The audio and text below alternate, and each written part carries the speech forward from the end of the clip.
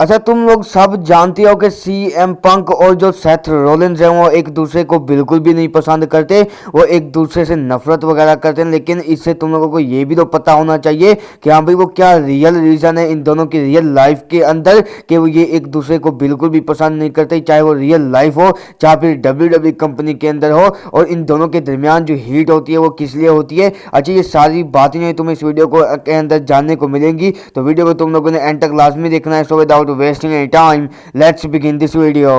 और जैसा कि मैंने कहा कि सीएम पंक और सेथ रोलिंस एक दूसरे को नापसंद करते हैं भाई, एक दूसरे से नफरत करते हैं, हेट वगैरह करते हैं। लेकिन इसका मतलब ये तो है कि हाँ भाई ये बंदे एक दूसरे को हेट या फिर नापसंद करते क्यों है डब्ल्यूडब्ल्यू कंपनी के अंदर, चाहे फिर वो कंपनी हो या फिर रेसलिंग प्रमोशन हो या फिर वो रियल लाइफ में हो। अच्छा देखो, इसके पीछे बहुत सारे रीजंस हैं इन दोनों की रियल लाइफ के अंदर। और जैसा कि मैंने कहा कि वीडियो को तुम लोगों ने एंड तक देखना इसका पूरा रीजन निकालने के लिए। अच्छा, इस चीज़ की जो शुरुआत है हमें काफ़ी साल पहले होते हुए नजर आती, जब जो डब्ल्यूडब्ल्यू से जो सीएम पंक है हमें वॉकआउट होते हुए नजर आते हैं। उस चीज़ का तुम सब लोगों को पता है। उसके बाद रिटर्न होता है सीएम पंक का सर्वाइवर सीरीज 2023, यानी कि इसी साल लास्ट प्रीमियम लाइव इवेंट के अंदर, जब सीएम पंक ने फाइनल रिटर्न किया लास्ट एक डेकेड के बाद, 10 साल बाद डब्ल्यूडब्ल्यू कंपनी के अंदर। अच्छा, हम थोड़ा सा ना इस चीज़ को पीछे ले जाते हैं। 2019 के अंदर जब डब्ल्यूडब्ल्यू जो स्मैकडाउन का एपिसोड था वो ऑन फोक्स आया था, उसके ऊपर डब्ल्यूडब्ल्यू ने रिहायर किया था सीएम पंक को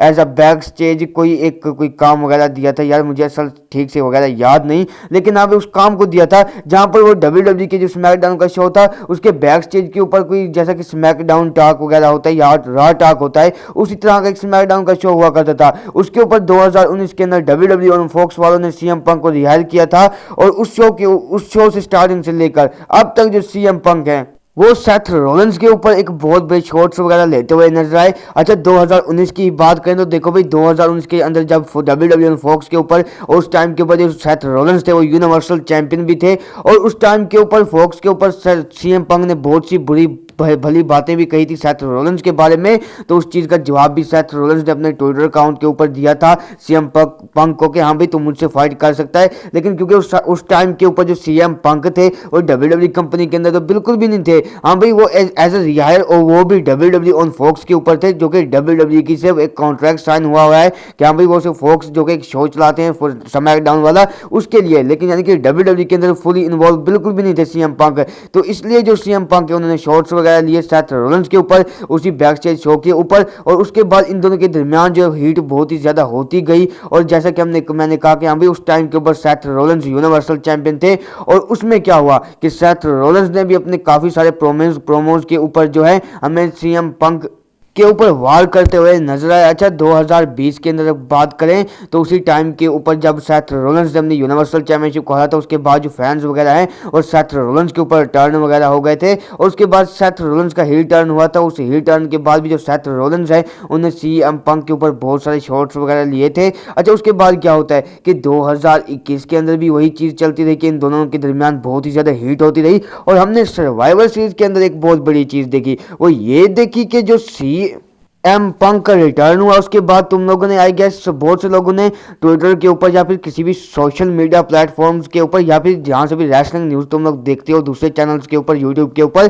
तुमने देखा हो कि हाँ भाई सेथ रोलिंस का जो रिएक्शन था वो बिल्कुल गजब लेवल का था भाई साहब। और वो बिल्कुल भी जो सीएम पंक के रिटर्न को ना खुश कर रहे थे। अच्छा, उसके बाद एक मंडे नाइट रॉ का शो होता है, उसके ऊपर जो सेथ रोलिंस है वो आकर बताते हैं कि देखो भाई वो इस घटिया इंसान इसी लोंडे के बारे में कुछ भी बात नहीं करना चाहते और अपना टाइम वेस्ट बिल्कुल भी नहीं करना चाहते। उसके बाद सीएम पंक ने भी बहुत सारे शॉट्स लिए थे। उसके बाद स्मैकडाउन के ऊपर जब आए थे ट्रिब्यूट ऑफ द ट्रुथ्स वाले स्मैकडाउन के ऊपर, तो यानी कि इन दोनों के दरमियान जो हीट है ना वो दिन ब दिन बढ़ती जा रही है। और देखो हमें पता है कि ये जो फ्यूड होने वाली है जनरेशनल फ्यूड होने वाली है। और देखो अब बात करते हैं कि उस जो रिएक्शन दिया था सेथ रोलिंस ने सर्वाइवर सीरीज के अंदर एज अ वर्क था, एज अ स्क्रिप्टेड था, या फिर जो सेथ रोलिंस ने वो रियल लाइफ के अंदर ही एज अ रिएक्शन दिया।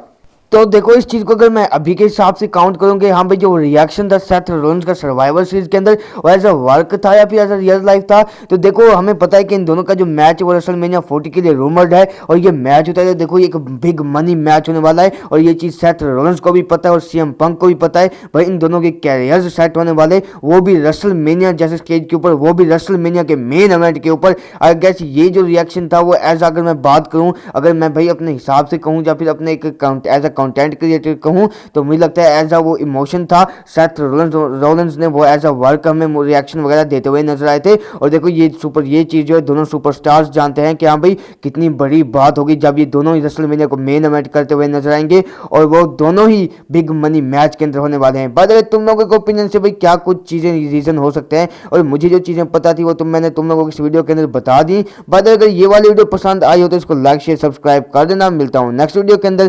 Till then bye bye, take care.